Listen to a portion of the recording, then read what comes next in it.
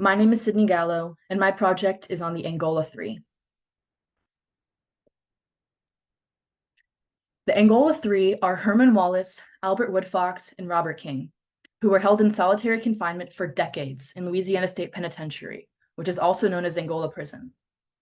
Louisiana State Penitentiary is known for its inadequate conditions and harsh, inhumane treatment of its prisoners. In Albert Woodfox's biography, Solitary, he detailed the history of Angola. It became the state prison in 1901. Angola received its name from the African nation where the initial slaves brought to the plantation were born. This picture from 1858 shows there were 5 plantations in this area, one of them being named Angola. And the same river still exists today around what we now know as Angola Prison.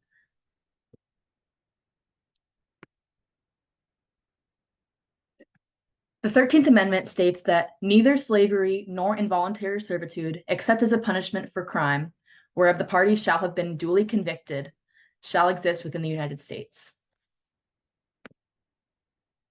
The convict lease system in the South allowed for a new form of slavery to continue after the enactment of the 13th Amendment. Another quote from Woodfox's book, "The convicts, many charged with minor crimes, were housed in former slave quarters and worked 7 days a week. Hundreds are said to have died every year, and that didn't affect the business of the former Confederate major who owned the plantation. There were always new convicts to lease." This picture on the left is from 1930, and it shows inmates performing farm labor.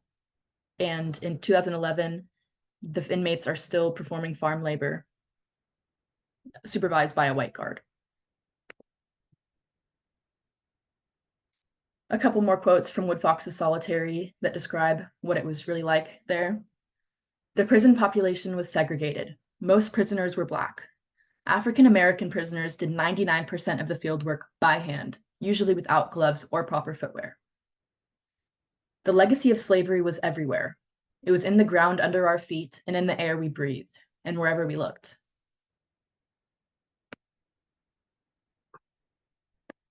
This is a video from Albert Woodfox explaining his story.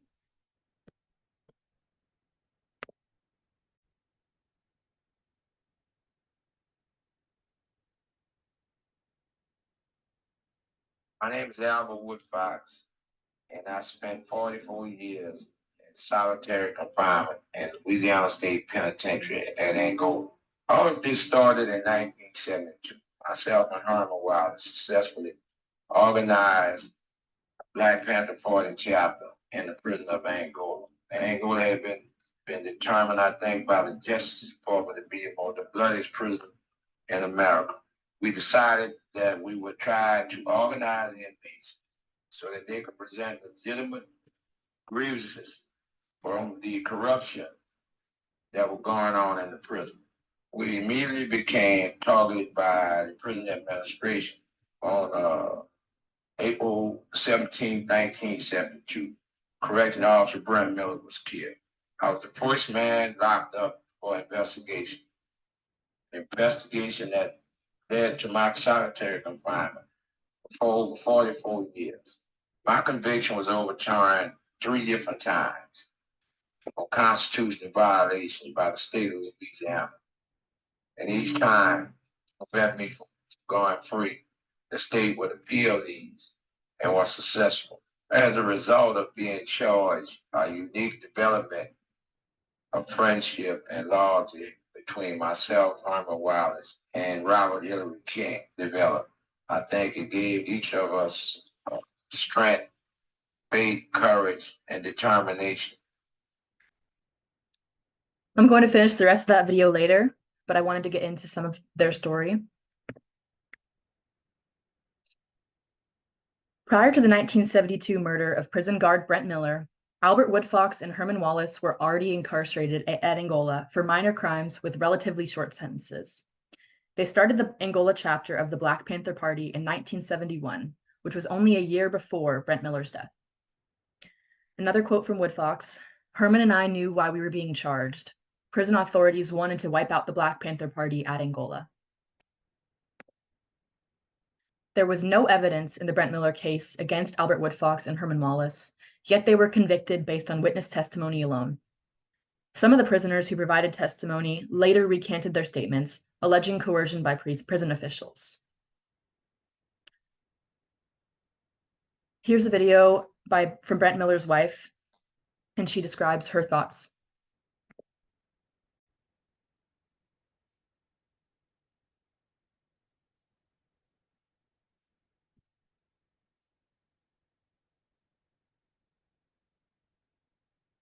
NPR News, this is All Things Considered. In April 1972, a corrections officer was brutally murdered at Louisiana's Angola prison. 2 inmates were convicted of the crime.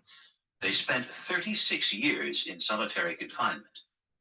Widow Teeny Verrett, only 17 years old back then, was a newlywed. Her husband, Brent Miller, had just been stabbed 32 times. She says the prison warden convinced her the 2 inmates were guilty. But now, decades later, she's not sure. Why? The murder weapon was never tied to either of them, and a bloody fingerprint at the scene did not match Wallace or Woodfox. What I want is justice, and if these 2 men, if they did not do this, I think they need to be out. Their lawyers have launched appeals against the convictions based on unreliable inmate testimony.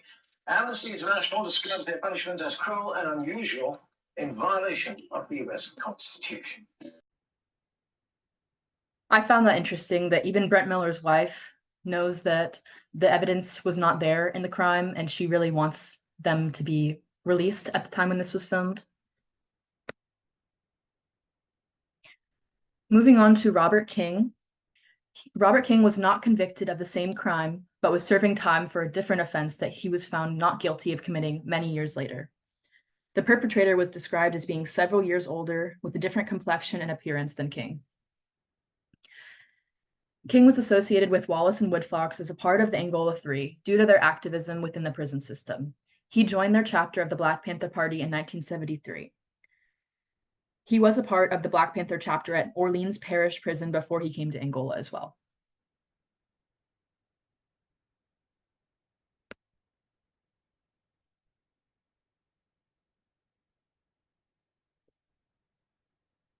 They organized with other inmates to fight against the conditions at Angola in their Black Panther Party chapter at Angola.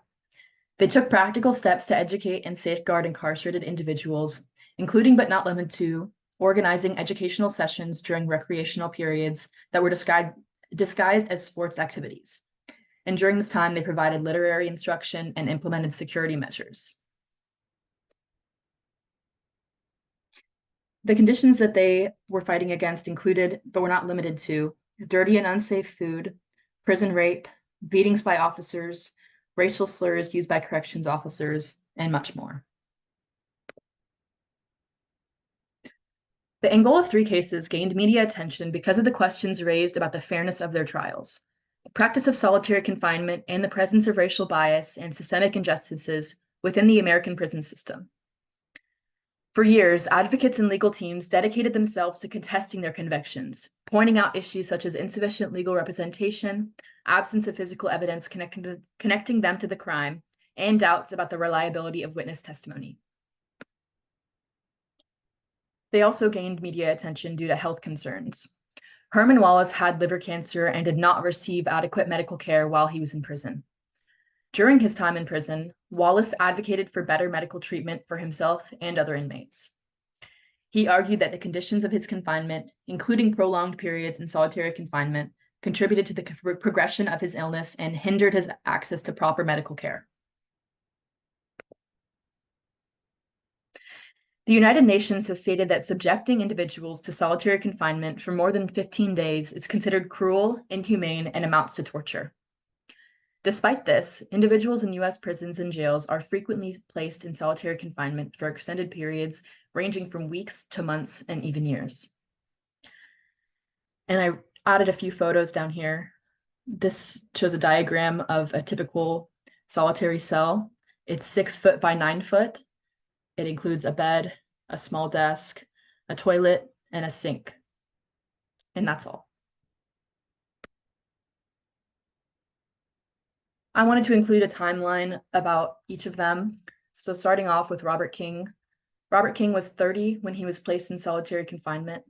He spent 29 years in solitary confinement. King was the first member of the Angola Three to be released in 2001 at age 59. After his release, he advocated for the release of Wallace and Woodfox and spoke out about solitary confinement. He also participated in multiple documentaries about the Angola Three and spoke at multiple schools. And King is currently 82 years old.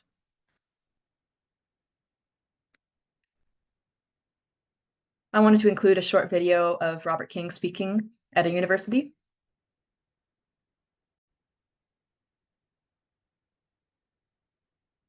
First of all, pointed out a particular crime that needs committed, and they're going to all of the evidence has to be yet they remain in prison, which is the first thing, which is a total violation of human rights. Second thing is that they remain in solitary-like conditions, which is a violation of their Eighth Amendment right against cruel and unusual punishment.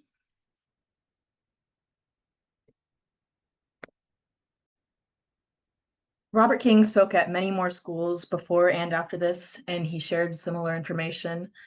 And it's really important to hear from people themselves who have experienced solitary.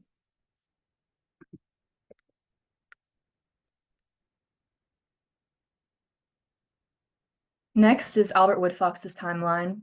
Albert Woodfox was 25 years old when he was placed in solitary confinement in 1972. He spent 43 years and 10 months in solitary confinement. Woodfox was the last member of the Angola Three to be released in 2016 at age 69. He wrote his biography Solitary in 2019 and spoke out about his experiences at Angola.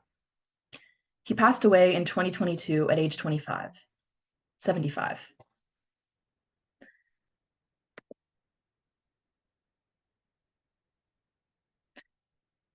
A couple more quotes that I found from Albert Woodfox's book Solitary that I found particularly powerful.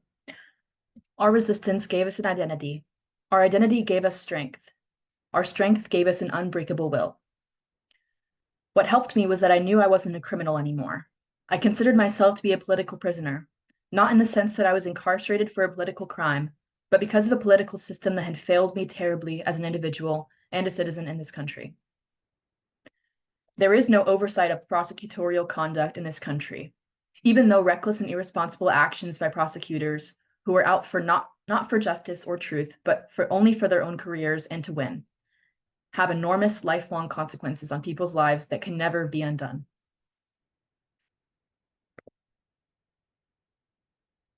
And here's the rest of that video by Albert Woodfox.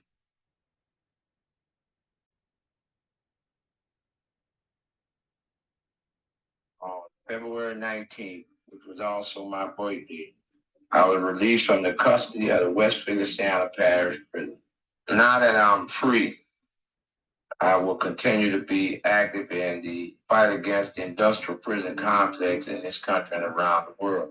I can remember so many times when I wondered why no one spoke for me or other guys trapped in prisons around this country, around the world.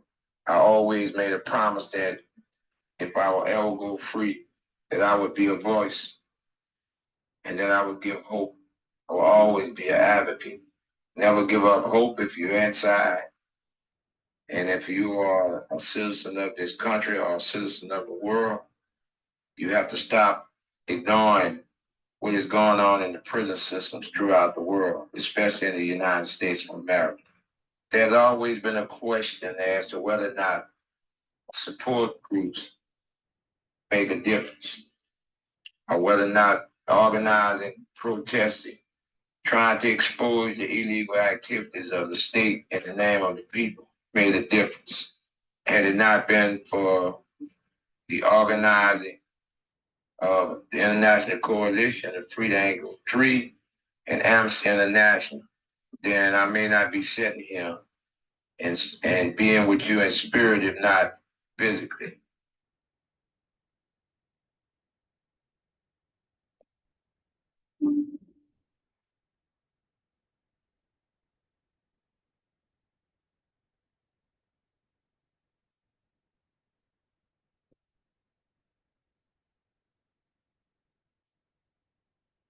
For Herman Wallace, he was 29 years when he was placed in solitary confinement in 1972.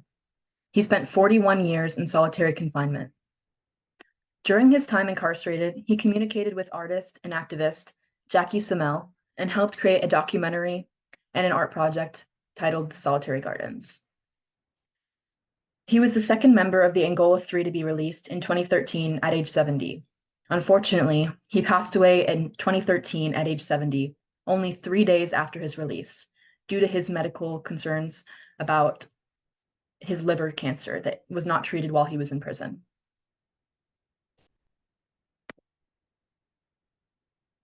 Here's a poem by Herman Wallace, and it's very powerful, and it's titled A Defined Voice. It was also created while he was in prison.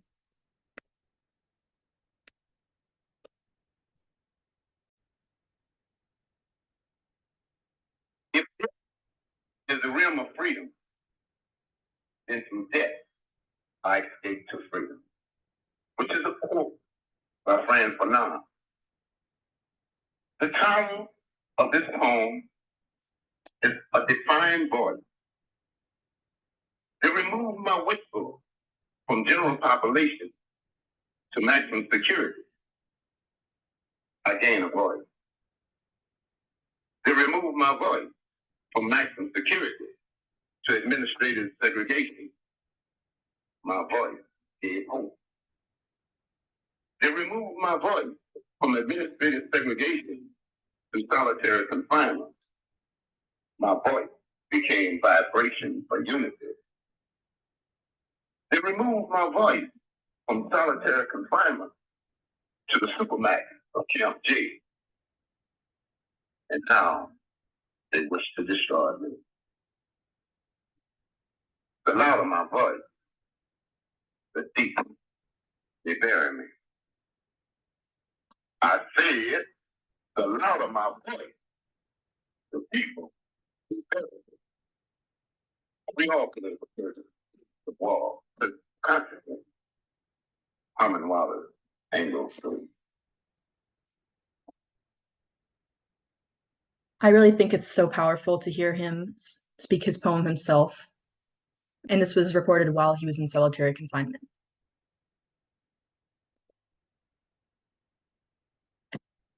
Another project I wanted to talk about was the Solitary Gardens that was created by Jackie Sommel in honor of Herman Wallace and the others who are incarcerated. The Solitary Gardens project converts solitary confinement cells into garden plots that replicate dimensions in the design of Herman's cell, where he and many others endured lengthy periods of isolation. Inmates held in solitary confinement contribute to the garden, including plants, flowers, and herbs, with the help of intermediaries who are outside of the prison. This project acts as a reminder of the harsh conditions in solitary confinement, and it urges for compassion and the dismantling of punitive control systems, such as solitary confinement.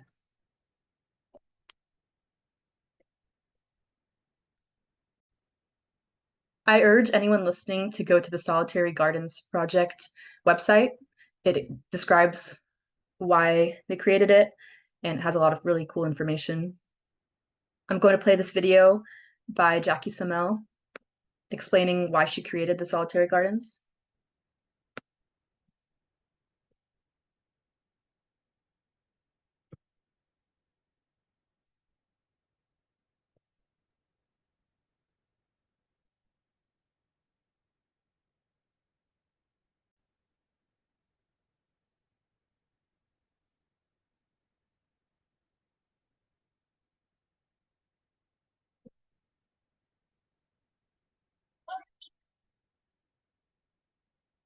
I spent 12 years working with Herman Wallace on a project called The House That Herman Built, where in collaboration, this man who spent 41 years in solitary confinement and myself designed a dream home with the intention of building it. When I asked him what kind of house does a man who's spent 30 and then 41 years in solitary confinement dream of, and the first thing he asked for were gardens.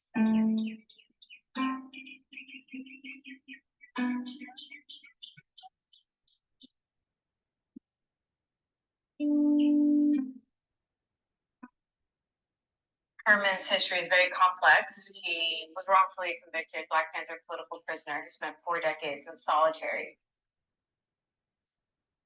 He was released from prison and died 3 days later.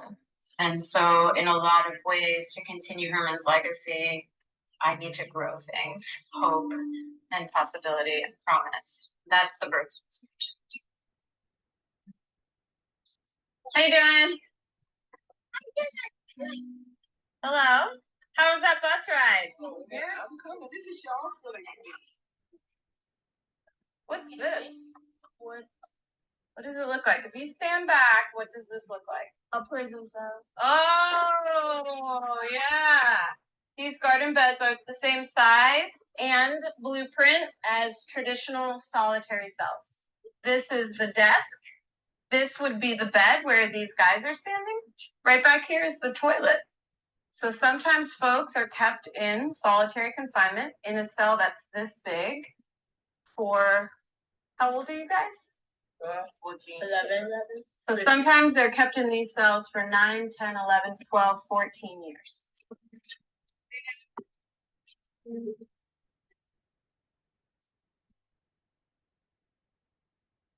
This project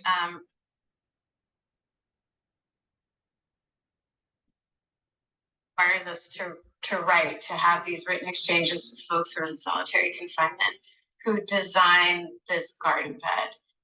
And you can see he's got 3 different kinds of plants in his garden bed. And so the only place that we can grow plants is where the human being can move, because the bed, the desk, the table, the toilet are all cemented into the walls. It's in the back of the toilet. They treat human beings like that? What do they drink? It's a terrible idea. They treat human beings like that. What do they drink?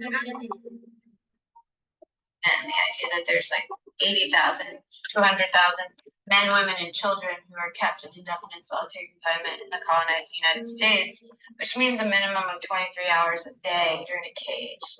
It's crazy. It's a crazy notion of justice. Solitary confinement seems to be the most extreme form of punishment within an already extremely punitive system. Like, no judge or jury assigns someone to solitary confinement. It's completely at the discretion of prison officials. So people are getting put in solitary because they're pregnant, or they're queer, or they're the youngest person in the population, or they have a disability and they're not fitting in with the rest of the population. It's otherizing within a system that's already like for the other in society. To be able to share that with as many people as possible is really the intention of the solitary gardens. And so I'm going to be driving the garden beds around and setting them up with volunteer and host institutions with this prison abolitionist vehicle called the Garrison. I apologize for the buffering in that video. If you'd like to go look at it, the website is titled solitarygardens.org. I wanted to include a couple more pictures of the solitary gardens that really show what it's like. And on their website, they have a quote that says, "Can you imagine a landscape without prisons?" I find it really interesting. And there's a couple gardens across the country. There's one in UC Santa Cruz, if anyone wants to go look at it in person. Lastly, I have this clip from Herman's House documentary that was also created by Jackie Sommel that you saw in the last video. This is actually the last clip of the film, and it's really powerful. It's a phone call from Jackie and Herman while he was in solitary, and he's explaining a dream that he had.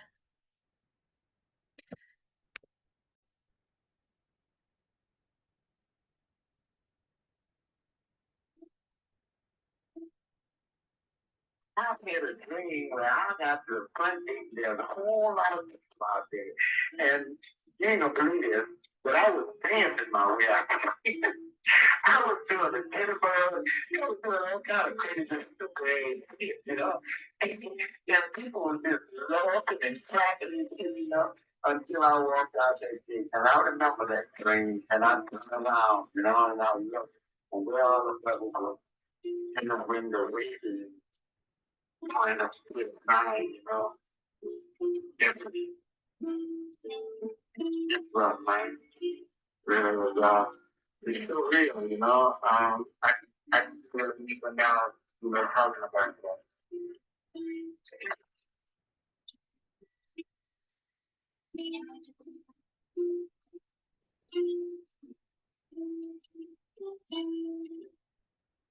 Headlines. This is Democracy Now!, democracynow.org.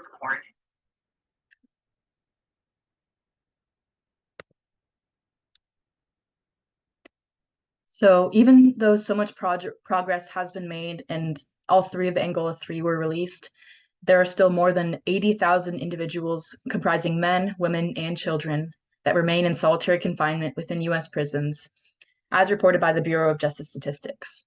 This count does not encompass individuals in county jails, juvenile facilities, or immigrant detention centers.